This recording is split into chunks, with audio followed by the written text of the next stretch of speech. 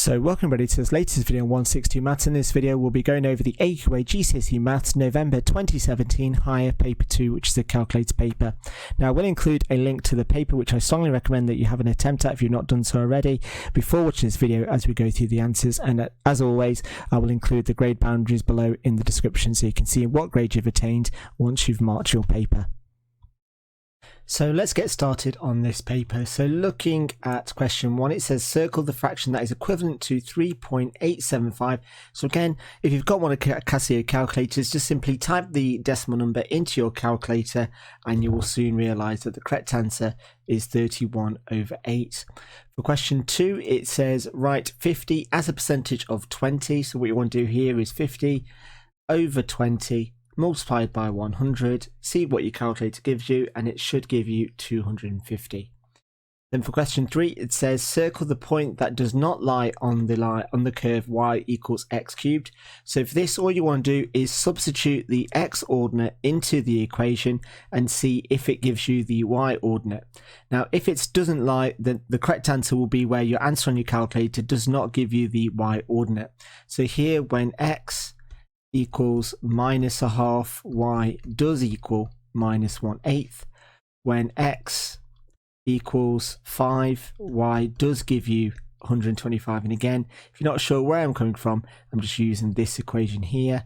And when x equals a third, then y is going to equal 1/27. As you can see, this number differs from this one, so the correct answer is going to be our third option.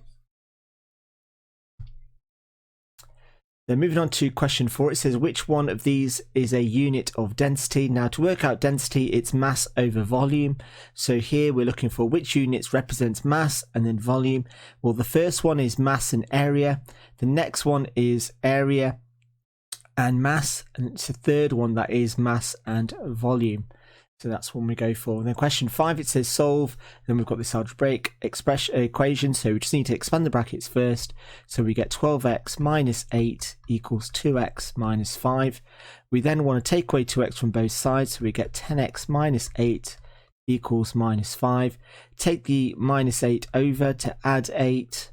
And we end up with 10x equals, and it's going to be 3. So x equals 3/10. Or 0.3, so which any of those conversions floats your boat will be fine. Then for question 5, it says the graph shows the information about prisms with the same volume. So here, if I just zoom out, and again, of course, it's going to reset. So let's just have a look at the first question. It says give one example to show that the volume is 24 centimeter cubed. So for this, all we need to do is find one value on the length, which is 4. And the area. Now volume is the cross-sectional area, which is the x-axis, multiplied by the length. So here what we've got is we've got 4 and 6. So 4 times 6 equals 24. So therefore we have showed what they've asked us to show.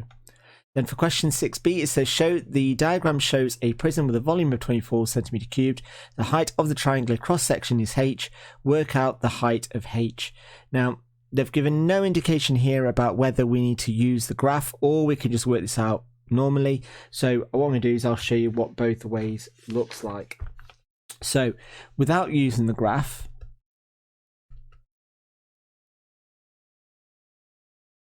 what we get is we know that the volume of this prism, which is HB divided by 2 multiplied by 5 equals, and it's the volume which we've been told is 24.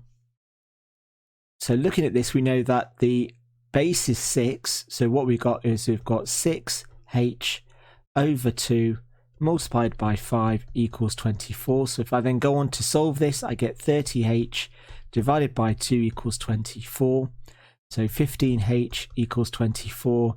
So h equals 24 divided by 15, which gives me the answer of 1.6. Now using the graph,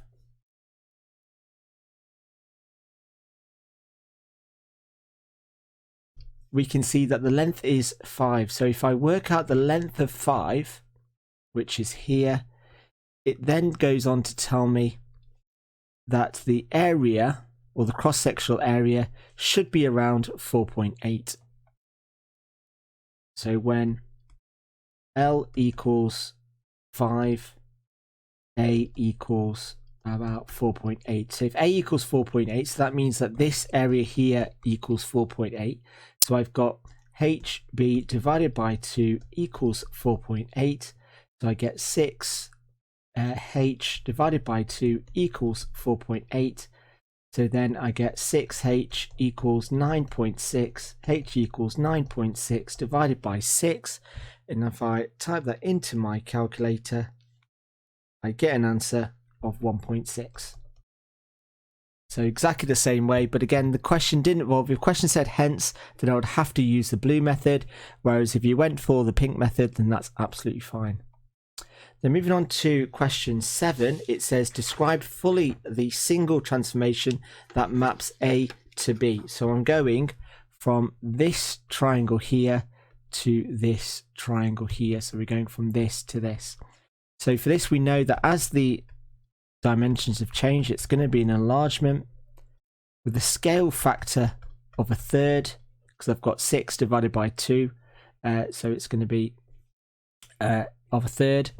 And the center is at 5, 1. And again, how have I got the center? Well, you just simply draw a line from 2 corresponding sides, and you'll see that they meet at that point there. Then for question 8, it says that the table shows information about distances walked by 120 students on their way to school 1 week, and it says estimate the mean distance. So for the mean, what we need to do with group data, we need a midpoint, which is going to be our x value, and then we need an fx column. So filling in the midpoints, we get 2.5, 7.5, 12.5, and 17.5, and that would get you 1 of the marks. Then for the fx, I just need to multiply these numbers together and then work them out. So using the calculator, I should have 50, 360, 375, 385, and then if I add up all of those, I get a total of 1170. Now the estimated mean is basically the sum of fx divided by the sum of f, which in this case is 1170 divided by 120, and that gives me an estimated mean of 9.75, which looks realistic as the most common columns were these two, and which value lies in between those two, between 5 and 15, is going to be about 975, which is about right. Then moving on to question 9, it says work out the size of angle X. So seeing as this is a right angle triangle, this is going to involve SOHCAHTOA, so trig. And labelling the triangle, that's going to be O, that's going to be A, that's going to be H. H has got no information, so it's O and A. So I'm going to be using tan, so I'll get tan X equals opposite over adjacent. So here I get X equals the inverse tan of 3 over 7, which gives me an answer of 23.19859.051, which rounded up gives me 23.221 dp. Then moving on to question 10, it says work out the next term of this quadratic sequence. So for this, because I'm only asking for the next term, I don't need to work out the nth term, so I don't need to make this question more difficult than what it actually is. So if I just work out the difference between these, I can see that the difference is going up by 3,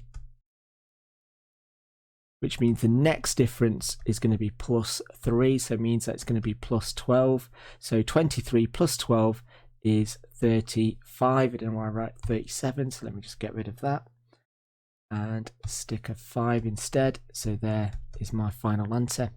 And for question 11, it says circle the expression that is equivalent to 3x squared over 6x squared plus 3. Well, I can divide everything by 3. So that becomes a 1, that becomes a 2, and that becomes a 1. And which one is that resemble? Well, it's going to be my third option. Then moving on to question 12, it says the table shows information about the UK and Germany. It's got population and area in square miles. And the question is asking me to, if it tells me the formula, which is the population density, it's population over area, compare the population densities of the UK and Germany. Well, for the UK, using the formula, it's going to be 64 million over 95,000, which gives me an answer of 673.684, blah, blah, blah. Now for Germany, I use the same formula, so 82 million this time, over 140,000, and that gives me an answer of 585.714. Now I've done the calculation. Now for 3 marks, I would assume that I would then have to write something to compare the two. So here you would say is that there is a greater, something along the lines of there is a greater population density in the UK compared to Germany. And something along the lines of, or you could say something along the lines of that there's more people per square mile in the UK than there is in Germany. Then moving on to question 13, it says that we've got 2 straight lines intersect at point P, circle the coordinates of P. So what we need to do here is find out what this coordinate here, so where we're looking for is y equals 3x and the y equals -1. So if I make 3x equal to -1, x equals -1/3, so that's what I'm looking for. And what I'm then looking for is, because it intercepts y equals -1, I'm looking for the coordinate of x equals -1/3 and y equals -1, which is my 4th option. Now moving on to question 14, it says the ball is thrown from a height of 15 meters. It bounces to height h1, then to h2 as shown. h1 is 3/4 of the original height. Jack expects h2 to be 3/4 of h1. Work out the value of h2 that he expects. So here we've got a starting value of 15. Now to work out what h1 is, I need to multiply that by 2/3. Then to work out what, 3/4 rather. I don't know where I've got 2/3 from. And then to work out h2, I then need to multiply that height by 3/4. And if I type that all into my calculator, I should end up with 8.4375, and that's going to be in meters. Then with question 14b, it says, in fact, h2, and this is where I was getting the 2/3 from, is 2/3 of h1. How does this affect your answer in part A? Well, the answer here would be the second option. The ball bounced lower than he expected. And then another, in terms of showing your answer, if I worked out 2/3 of h1, which is 11.25, and that's come from 2/3 of 15. And that gives me 7.5 meters. And again, compared to the 8.375 or 8.4375, you can see that it is lower. Then moving on to question 15, it says that Merrick invests 6,000 into a compound interest rate of 1.5% per year. He wants to earn more than £1,000 interest. Work out the least amount of time in whole years it will take to do this. So for this, what we need to work out is 6,000 times 1.015 to the power of n. And we want to work out when this goes over 7,000. And where we're earning 6,000 plus another 1,000. So what we need to do is just basically do some guessing. So n equals, now we could do this mathematically, but that would involve logs, which is an A-level topic. But what we're going to do is just guess. So we're going to go for n equals 5. So when I substitute n equals 5, I just write this as c. Then the c equals, and it's going to be 6463.76, which again is too low, so I go for n equals 6, and that gives me a total of 6560.66 rather. When n equals 7, c is going to equal 6758.96. When n equals, well actually no, when n equals 8 rather, when n equals 9, c equals 6860.34, and again still not going over that 7,000. So when c equals 10, well n equals 10, I get 6963.24, which is even closer. And when c equals 11, I then go over that 7,000 boundary. So it's going to be after 11 years, will he then get more than £1,000 interest? And for question 16a, it says factorise fully. So looking at the components, we can see that a common factor between those two terms is 3y.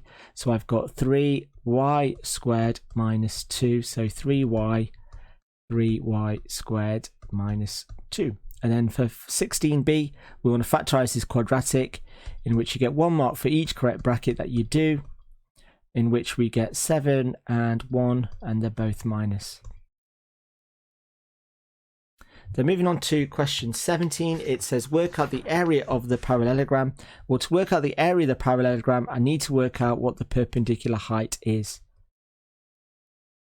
So area equals h times b, where b is 16. So if I take that triangle out, I know this is 72, this is 12, and I want to work out what h is, which I'm just going to relabel as x. So this involves a trig question. So if I label this as h, this is o, I've got sine 72 equals x over 12. So x equals 12 sine 72, which if I typed into my calculator, I work out to be 11.4126, blah, blah, blah. Now to work out the area of the parallelogram, it's going to be 16 times, and then if I want to use the exact values of sine 12 sine 72, that's fine, or if you want to use 11.4126, that is absolutely fine, but you should get the correct answer of 182.6, and that's to 1 decimal place. Then looking at question 18a, it says which of these represents the shaded area? Well, this shaded area represents A and not B, and A and not B is our third option. Then for question 18b, it says which of these represents the shaded area? Well, I want everything apart from A or B, so what I'm looking for is not A or B, which is our first option. Then moving on to question 19, it says that the length of a rectangle is 5 times its width. The area of the rectangle is 1,620 centimeter cubed. Work out the width of the rectangle. So we start by recognizing that if this length here is 5 times the length of this length here, well, if this is x, this is going to be 5x, and if we label those, working out the area of the rectangle is going to be 5x times x, which is 5x squared. So 5x squared equals 1,620. So x squared equals 324.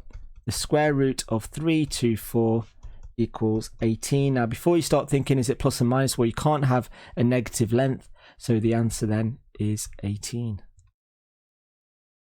Then moving on to question 20, it says that a stone is thrown upwards with a speed of v meters per second. The stone reaches a maximum height of h meters. H is directly proportional to v squared when v equals 10, h equals 5. Work out the maximum height reached when v equals 24. Now this is a direct proportional question, so we start by writing this in notation. So we get h is directly proportional to v squared, so h equals kv squared.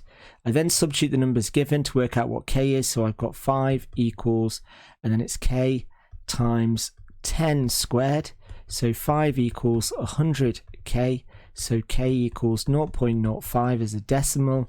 So then the formula is h equals 0.05 v squared. Now using this formula, I then substitute this numbers in to work out what the answer is. So h equals 0.05 multiplied by 24 squared. And if I type that into my calculator, I get 144 over 5, or 28.8. Then moving on to question 21a, it says that Mira is using a graphical method to solve 2x squared minus 3x equals 0. She draws a graph of y equals 2x and a straight line on the graph. Here is the graph of y equals 2x squared, and the question says complete her method to solve x squared minus 3x equals 0. So what we need to do here is we need to plot y equals 3x. So because what we're trying to do is, if we've got 2x squared minus 3x equals 0, then what we want to do is plot, or if we make it 2x squared equals 3x, so we plot y equals 2x squared, which is what she's done, and so we just need to plot y equals 3x. Now y equals 3x is going to look like, well, when x is 0, y equals 0, so that's going to be there. And when x equals 1, 1 times 3 is 3, so we're looking at here. So then all I then need to do is draw a straight line from those 2 points.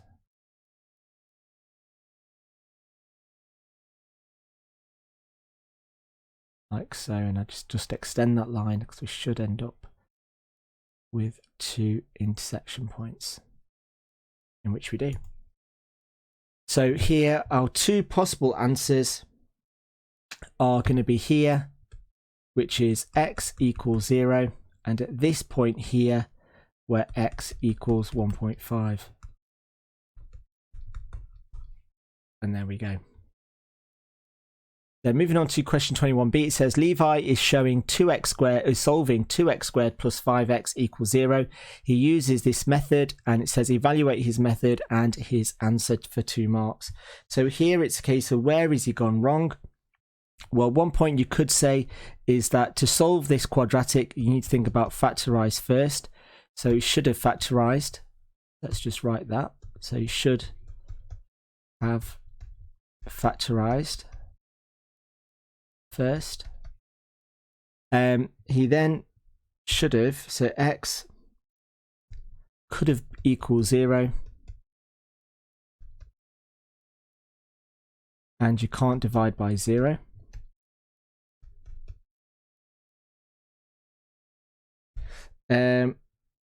Or you could have said that you should have, don't know why it should be, so should have square rooted in terms of here. When we get to, you've lost obviously the square, so you should have square rooted. So any of those, 2 of those 3 comments would have been fine for the 2 marks. You also could have gone on to showing what he should have done. So from here, you should have got x and then 2x plus 5 equals 0. So x equals 0, or 2x plus 5 equals 0. So then from this, what we've then got is x equals 2x. We've got 2x equals minus 5, so x equals minus 5 over 2. And there's your 2 solutions. Then moving on to question 22, it says the cross-section of an earring is a semicircle with center C radius 25 millimeters. The earring is black and white. The shaded area is black, and it says sector BCD is white and has a radius of 12 millimeters. And we've got a little diagram of that. And the question says, is more than 20% of the semicircle white? So for this, what we need to do is, first of all, work out the areas of the 2 areas. So here we've got the shaded semicircle, which is basically the black area. And to work that out, that's going to be pi times the radius squared divided by 2. So from this, we get pi times 25 squared, all divided by 2, which gives me 625 divided by 2 pi. Then to work out the white area, the unshaded semi in terms of the white area. Now for this, it's a sector, so it's theta over 360 multiplied by pi r squared, and that's going to give me 150 over 360 multiplied by pi times 12 squared. And if I work that all out, what do I get? Well, I get 60 pi. So then from this, I then know what the 2 areas are, and I want to work out what fraction of this is white. So here what we've got is we've got 60 pi divided by 625 divided by 2 pi multiplied by 100. And if I type that all into my calculator, I should have 96 over 5. And that gives me a percentage of 19.2%. So the question then, is more than 20% of the semicircle white? Our answer is no, it is not. Then moving on to question 23, it says here is some information about a tennis club. There are 30 members where A is less than 20. There are 12 members where with A is between 65 and 80, and there are no members where A is over 80. Complete the histogram. Now for this, what we need to do first is work out what the frequency density is for our first section. So here we've got that. We've got less than 20 as 30 members, and we know that it's got a group size, a class width of 20. So 30 divided by 20 equals 1.5. So this first bar goes up to 1.5. So this number here is 1.5. So once I know that that's 1.5, I can then label the rest of the axes. So that becomes 2, that becomes 2.5, 3, 3.5, 4, 4.5. Then it says complete the histogram. So the only bit I've got to complete is the last bit. So from 65 to 80. So we know that we've got 12 divided by, and then the class width there is 15. So 12 divided by 15 is 0.8. So the last bar's got to go up to 0.8. So that's going to be round about here. I should be using a ruler, but that there should be straight as to there, and then that there is my completed histogram. Then with part 23b, it says work out the total number of members at each club. So what I need to do is to work out the frequency of each bar. It's going to be the frequency density multiplied by the class width. So here I've got 0 to 20 equals, and that's going to be what it tells me. It tells me that that's 30. 20 to 30 is 4.5 times 10, which is 45. 30 to 40 is 3.6 multiplied by 10, which is 36. Then I've got 40 to 65, which is 2 times 25, which is 50. And then I've got 65 to 80, which is tells me in the question it's 12. So what I then need to do is add up these 5 numbers, in which then I've got 30 plus 45 plus 50 plus 36 plus 12. Add them all up, and I should have an answer of 173. Then for question 24, it says that Beth ran a 200-meter race. Here is a graph of the first 8 seconds of the race. She completed the race at a constant speed of 9 meters per second. Amy completed the race in 27 seconds. Did Beth finish before Amy? You must show your working out. So first of all, let's have a look at the distance covered in Beth's first 8 seconds. Now, how do we do that? Well, it's distance equals speed times time. So here the speed is, well, it's the area of this. So it's the area of that triangle. So let me just go for that. So it's the area of the triangle equals the distance. And so what we've got is we've got 9 times 8 divided by 2, which equals 36. So she's travelled 36 meters in those first 8 seconds. So the distance left is going to be 200 minus 36, which is 164. And then if she's travelled the rest of the rate at 9 meters per second, so then the time taken for the rest is going to be distance, which is 164, divided by the speed, which is 9, and that all comes up to an answer of 18.2 seconds. So then the total time is going to be the initial 8 seconds plus 18.2, which comes up to a total of 26.2 seconds. So how does that compare to 27 seconds? Well, yes, Beth finishes before Amy. Then with question 25, it says the dimensions of a rectangular floor are to the nearest 0.1 meters. We've got 2.6 meters by 6.4. The force of 345 newtons is applied to the floor. The force is to the nearest 5 newtons. And then we've got the formula for pressure. It says work out the upper bound of the pressure. Give your answer to 4 sig fig. So if we want the maximum pressure, then we want the maximum fraction, and to get the maximum fraction I want the biggest number at the numerator and the smallest denominator. So what I'm wanting is I'm wanting the biggest force and I'm wanting the smallest area. So to get this biggest force, well, if it's to nearest 5 newtons, then it's going to be 3, 4, 5 plus or minus 5 over 2. So adding will give me my maximum. So here I've got a maximum force,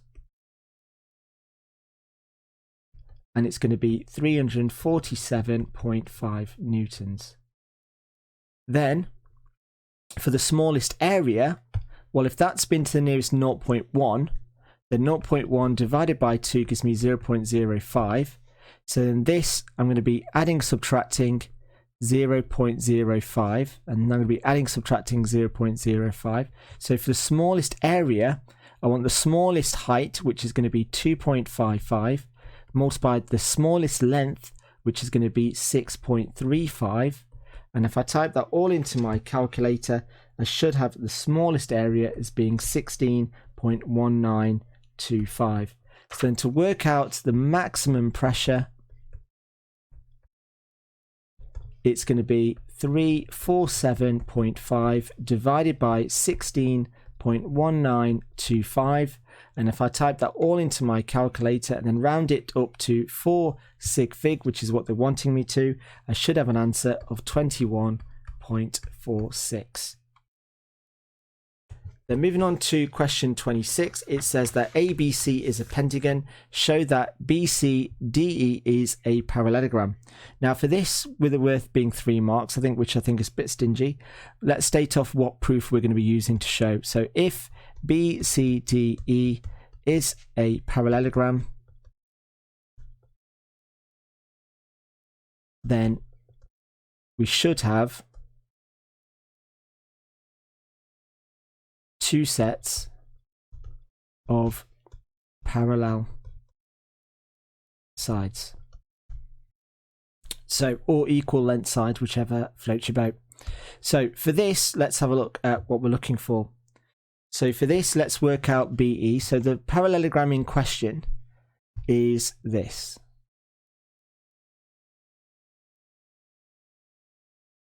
And what I want to try and show is that this is parallel to this and this is parallel to this. So let's have a look at what the 2 sides are. We know that B to E is going to be A. So B to E is going to be A plus 2B. And then working out what CD is, well, to get to C to D, I'm going to go from C to E and then E to D. So that's going to be going against it. So minus B plus 2A. Then I'm going against the arrow, so it's minus A plus 3B, which then simplifies to give me A plus 2B. So as BE is equal to CD, BE and CD are parallel. So that's one proof done. Then for the next one, now let's look at BC. So B to C, let's go from here to here. Well, that's going to be A plus 2B, which is going from A to E, and then plus B minus 2A. And if I simplify all of that, I get 3B minus A. Then if I then work out what E to D is, and E to D is just A minus 3B. So here, as we've got a common multiple, so as minus 1 multiplied by BC equals E to D, and we've not got no common letter, BC and ED are parallel. So as we have two sets of parallel lines B, C, D, E is a parallelogram. And done. Then moving on to question 27, it says solve x over 4 minus 2x over x plus 2 equals 1. So this is solving an algebraic fraction. So what you want to do here is get a common denominator. Now my common denominator here, so common is going to, shouldn't really say that, our common denominator in this case is going to be 4x plus 2. So to get our first fraction to have a common denominator, I need to multiply by x minus x plus 2. So I've got x plus 2 over 4x plus 2 minus, and then to get the second fraction with a common denominator, or a denominator of 4x plus 2, I need to multiply it by 4. So I'm going to end up with 8x over 4x plus 2. And again, not forgetting that all equals 1. Now that I've got a common denominator, I can link the two. So I've got x plus 2 minus 8x all over, and then 4x plus 2 equals 1. Now if I expand this out, and again, you might do it a completely different way. So what I need to do is take this all over to the other side, and I'll expand it while I'm there. So I get x squared plus 2x minus 8x equals, and then it's 1 times the denominator, which is just itself, which is 4x plus 8. So all I've done there is taken it to the other side and then expanded the brackets.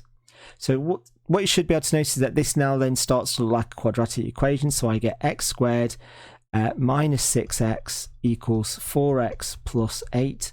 And then if I take all of this over to the side, I end up with x squared minus 10x minus 8 equals 0. Then from this, what I then want to do is, because it says give your solution to 2 decimal places, I then want to use the quadratic formula. Now using the quadratic formula here, a equals 1, b equals minus 10, and c equals minus 8. So substituting that into the quadratic formula, I end up with minus 10 plus minus 10 squared minus 4 times 1 times minus 8, all square rooted, all over 2 times 1. And if I neaten that up, minus 10 becomes positive 10. Square root of minus 10 squared is 100. 4 times 1 times minus 8 is going to be minus 32. And that's all over 2, which gives me 10 plus or minus, and then it's going to be 132 over 2. And then if I enter this into my calculator, round it up to 2 decimal places, I should end up with an answer of 10.74 or minus 0.74. And there is the last of my questions. Now I will include the grade boundaries for this particular paper in the description below. So once you've marked your paper, you can then see what grade you've attained on this individual paper.